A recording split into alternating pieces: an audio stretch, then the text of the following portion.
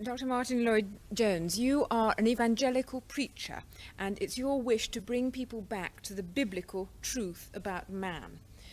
Now, in so doing, you persuade man that the modern popular idea of what man is on the wrong track. Could you specify where you think he's making mistakes? Well, it makes a mistake in that the essential biblical view of man is that he's a creature who's gone astray. In other words, I criticize the modern view of men on two grounds. One is that it makes too much of men. Secondly, that it doesn't make enough of men. It doesn't make enough of men in that it tends to regard him as just an animal. Perhaps his cerebrum has developed a little more than most animals, but still essentially an animal. And I think that's degrading men and debasing him.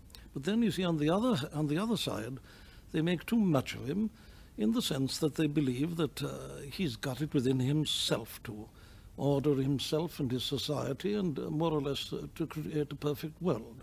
So I criticize on both those grounds. It's inconsistent, whereas the biblical view, to me, is a consistent view of men in this way, that it says that man is a creature created in the image and likeness of God, that he's not a mere animal, that he's the Lord of creation, that the image of God, such as, which means his reason and his power to criticize and evaluate and to control himself, this image of God is in him, and that is man essentially.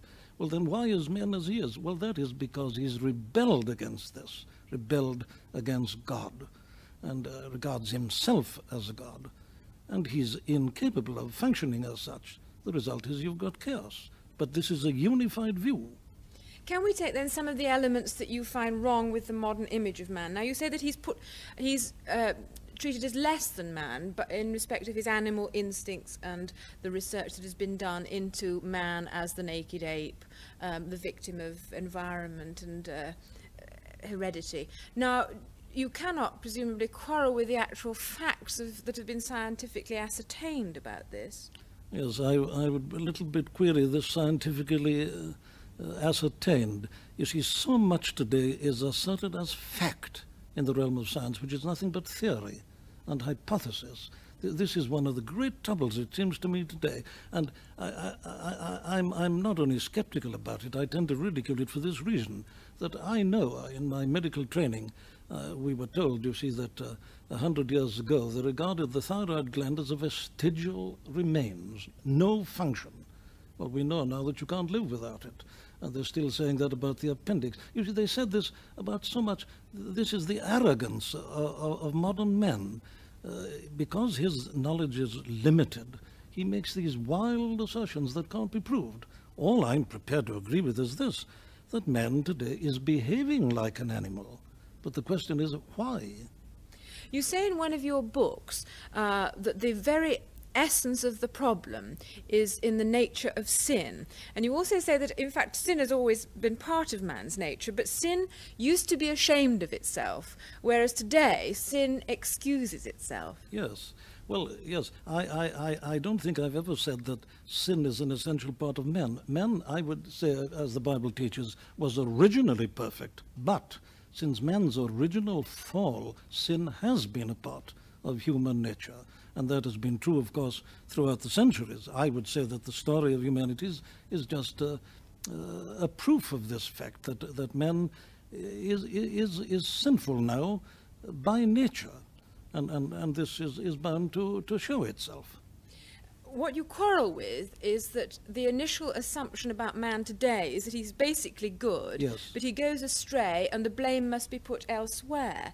Now, indeed, there is some legitimacy in that point of view, in that poverty and oppression and exploitation does set many problems for man in which he doesn't always behave well. Would you not subscribe to it at all?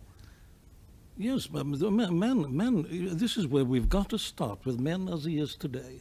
And my quarrel, you see, with the general outlook of today is this, that they begin to talk about treatment before they've established a true diagnosis. Now, I can't help putting it like this, you see. It's a very poor doctor who medicates symptoms and isn't aware of the disease that is producing the symptoms.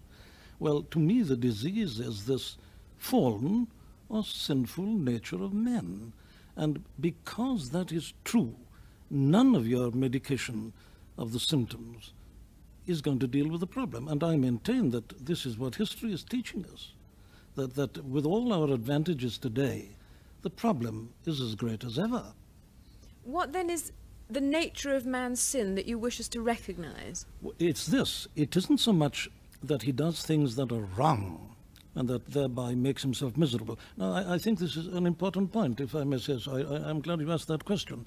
There are some people who would represent sin as a sickness and say that man is sick. There are Christians who would say this. Well, I agree that man is sick, but to me, that's not the essence of the problem. The essence of the problem is that man is a rebel, and he is sick because he's a rebel. In other words, the business of Christianity ultimately is not simply to make us feel happier or even to make us live a better life. It is to reconcile us to God. Man, you see, from this biblical standpoint, was never meant to be autonomous or self-contained. This is my quarrel with the modern view. They regard man as autonomous. He is the master of his fate, the captain of his soul. It's so obviously ridiculous because he isn't. However, this is where they start. Whereas I start by saying that man was not only not meant to be autonomous and can't be and can't act as such, but he only functions truly when he lives his life under God. The God who made him has made him in a given way and has put laws in his nature.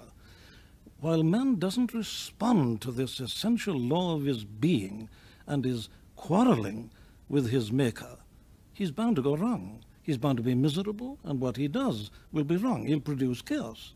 And he's done so throughout the centuries. This is the whole story of the human race. But it isn't merely that he's sick. It's that his attitude towards his maker is wrong. Now, the Apostle Peter, for instance, puts it in a phrase like this, that Christ came into the world to bring us to God. That's why Christianity must never be thought of as a sort of cult, which heals your body, enables you to sleep at night and to stop worrying and all. Now, that's to turn it into a cult.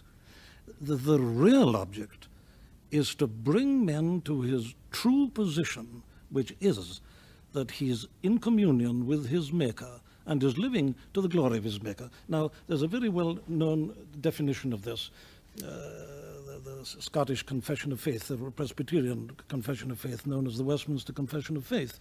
They produced a shorter catechism, and the first question in that is about man. What is the chief end of man? And this is the answer. The chief end of men is to glorify God and to enjoy him forever.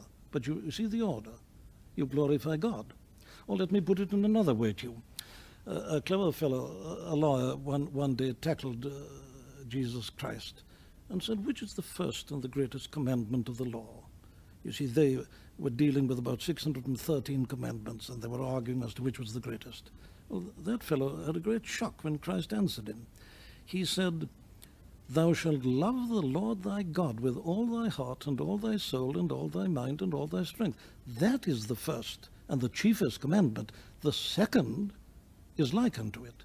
Thou shalt love thy neighbor as thyself. Now today, people start with the second and forget the first. You know, this point of view is obviously held with great conviction by you, but I would have thought it brought you into conflict not only with people who don't subscribe to the Christian religion, but to many other Christians too. Well, of course it does. I'm sorry about this. This is something I deeply regret. But this isn't the first time, you know, that minorities have been right. And in any case, we don't decide this kind of question by counting heads. I know nothing about these things, primarily, apart from what I find in the Bible. But I maintain that the story of the human race and the story of civilization is a proof of the truth of the Bible.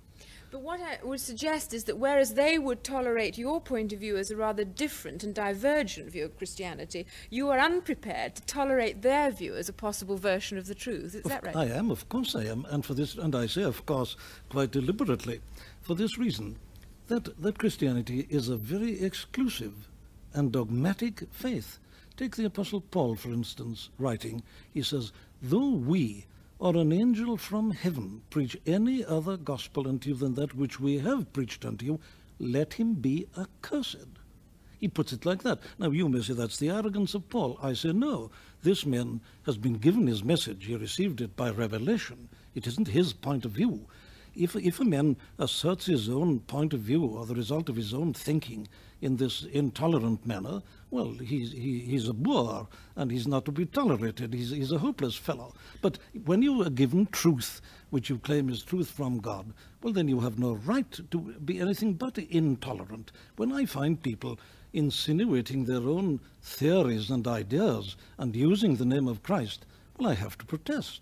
This is dishonest apart from anything else, in my opinion. But nonetheless, it's a highly regarded Christian virtue these days to be both charitable and tolerant of people of different views from oneself. Do you disapprove of that? Well, again, for the same reason, I am bound to. Christ himself said, I am the way, the truth, and the life. No man cometh unto the Father but by me. He says, all others have been thieves and robbers. So when I find the thieves and robbers being accepted into the church and their views being tolerated and praised, surely I'm bound to protest. The point is this, that Christ, I claim, is unique. You mustn't put anybody near him. You mustn't mention him in the same category as Confucius or the Buddha or Muhammad or anybody else. Why not? Well, because he is the only begotten Son of God. This isn't my theory. This is Christianity. This is what the apostles preached. They preached Jesus and the resurrection. Now, take a man like the Apostle Paul. He, as a Pharisee, resented all this. The Pharisees regarded Christ as a blasphemer. Who is this fellow? How can this man teach, never having learned himself? Who is this man who claims to be equal with God? And Saul of Tarsus persecuted the church, and he hated Christ. He says so. But then he came to see that this was the Lord of glory, and he preached nothing else. I must take you up on the social relevance of all the things you've been saying, because if the church here on earth, the church militant here on earth, has a role to play in the lives of all people, whether Christian or not. And I wonder whether the dogma, the dogmatic nature of the church as you speak of it, doesn't inhibit you from having a role in the lives of ordinary people. A lot of people would find, in a sense, it easier to reject you than someone who you would regard as a rather liberal, social-minded clergyman. Yes, precisely, and that's why the world is as it is. That's exactly the explanation. You put it very perfectly. Now, I cannot accept the statement that the church is a social institution in your sense. A church, to me, consists of people who are truly Christian. Now then, you say, what is the relevance of this to the social conditions and the problems? Well, I would say that it is the business of individual Christians to play their part in society. And, of course, historically, this is what is most interesting. The church has had her greatest influence upon society and social conditions when she's been most evangelical. Now, this isn't, again, my theory. I can establish this. I was in Scotland last week commemorating the 400th anniversary of the death of John Knox. You read the account of the conditions in Scotland before Knox, and he's always charged with intolerance and all the things you were saying, but that man changed the life of the whole of Scotland. He introduced an educational system, he changed it morally, politically, and in every respect. The Puritans did it in this country. Cromwell, don't forget, was an evangelical Christian. And then you come on to the 18th century, you have the evangelical awakening, and Whitfield and the Wesleys.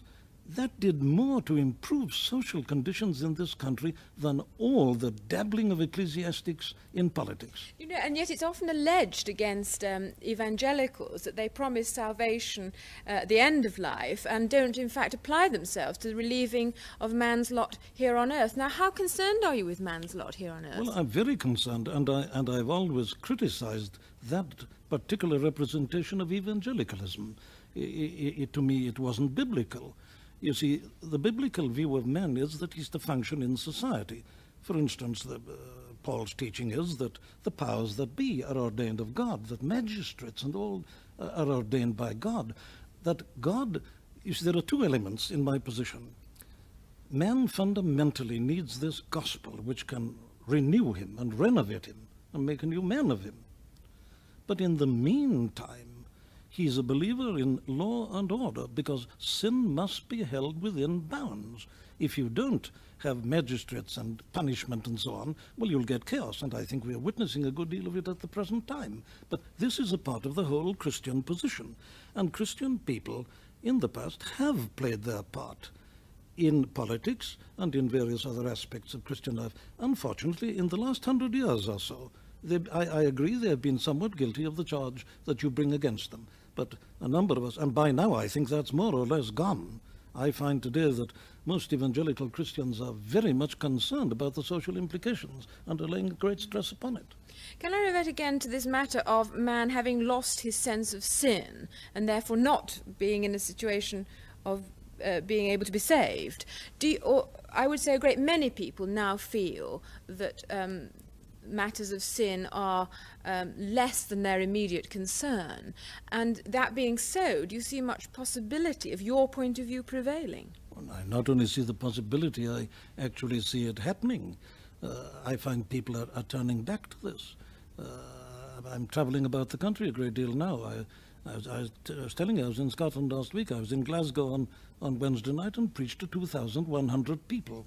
Now, it seems to me that something's happening. I find politicians find it very difficult to get 50 people to listen to them. In other words, I believe people are beginning to realize the utter bankruptcy of most of what's been offered them, and are turning, perhaps vaguely and even wistfully, back in the direction of this great authoritative message of the New Testament, which I maintain is only represented by the evangelical standpoint. And we've got to bring them to an awareness of this. Of course they're ignorant, but that's the business of preaching. But isn't this need for an authoritative line, whatever it might be, in conflict with the other trend in man's development, which is for self-expression, fulfillment, self-realization, which you actually disapprove of? Well, yes, of course I do, because man as he is, you see, the more he expresses himself, the worse things become. You see, if each man is autonomous and is to express himself or herself, you're bound to get conflict, aren't you? If each one of us is a god, and I do what I think is right, well, you think differently, well, there's a clash immediately, and you get chaos. You see, we must, both of us and all others, submit ourselves to God. We've got an authority outside ourselves, and we have a motive and a reason and a purpose. You see, when people deny this, you must get chaos, and you've got it. This is the tragedy. And so my business is to call people back to this. You've got, first of all, to show them why things are as they are. They've got to be clear about this. There's no hope until they are. Now, I know there are people going around today and saying, Jesus loves you and so on. Well, if I were a man in the street, I'd say, well, what about it? Who is your Jesus? I don't want him. I've got a car, I've got a refrigerator, I've got a television set. What are you bothering about? I'm not interested. Well, that is my reply to that. You see, the Old Testament is the law. And as Paul puts it, the law was our schoolmaster to bring us to Christ, to show us our need. Now, when people confront the Ten Commandments, there they see their failure. And it's only when they realize this truly, they'll see their failure, and it's only people who see their failure who are ready to listen to the offer of salvation. Dr. Martyn Lloyd-Jones, thank you very much.